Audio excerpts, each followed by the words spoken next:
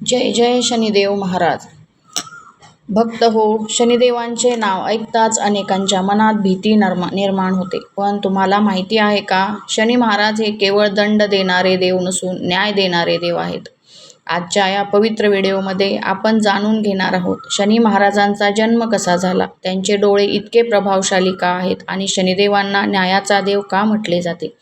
ही कथा ऐकल्यानंतर तुमच्या मनातील शनिदेवांविषयीची भीती नक्कीच कमी होईल.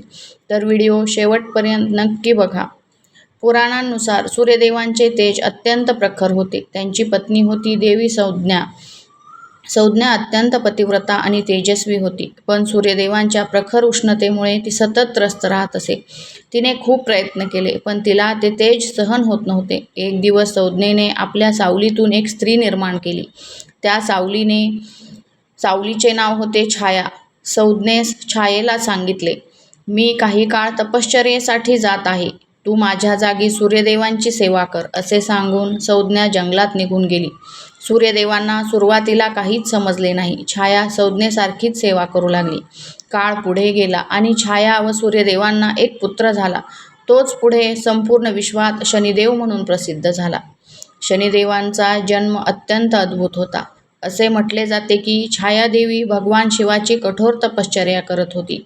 ती सतत ध्यानात मग्न असायची. त्या काळात ती गर्भवती होती. तिच्या तपामुळे आणि कठोर साधनेमुळे तिच्या गर्भातील बालकावर विशेष प्रभाव पडला. शनिदेवांचा जन्म अत्यंत अद्भुत होता.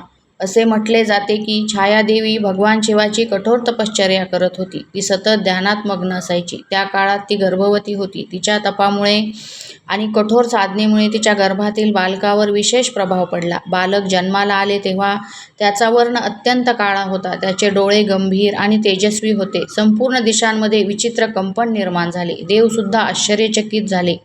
शनिदेवांचा काळा वर्ण पाहून सूर्यदेवांना संशय आला. त्यांनी छायादेवीवर राग व्यक्त केला.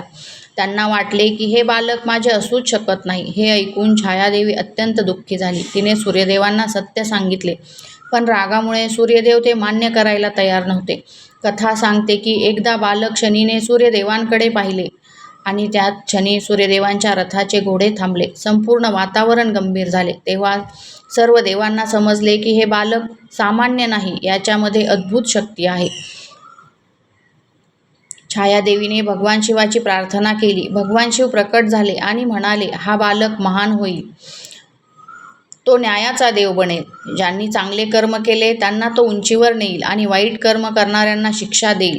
भगवान शिवांनी शनिदेवांना नवग्रहांमध्ये महत्त्वाचे स्थान दिले. शनिदेव कोणावरही अन्याय करत नाहीत. ते फक्त मनुष्याच्या कर्मानुसार फळ देतात.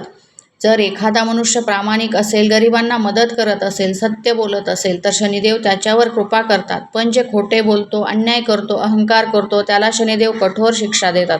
म्हणूनच शनिदेवांना कर्मफळदाता म्हटले आहे.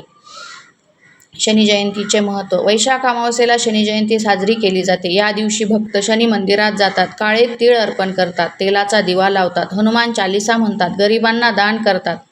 असे मानले जाते की या दिवशी श्रद्धेने पूजा केल्यास शनिदोष कमी होतो.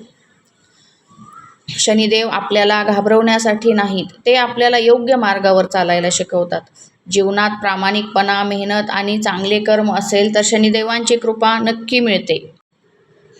जर तुम्हाला शनी महाराजांची ही पवित्र जन्मकथा आवडली असेल तर व्हिडिओला लाईक करा, शेअर करा आणि आपल्या चॅनलला सबस्क्राईब करा. कमेंटमध्ये लिहा जय शनिदेव महाराज. पुन्हा भेटू एका नवीन आध्यात्मिक कथेसह. धन्यवाद.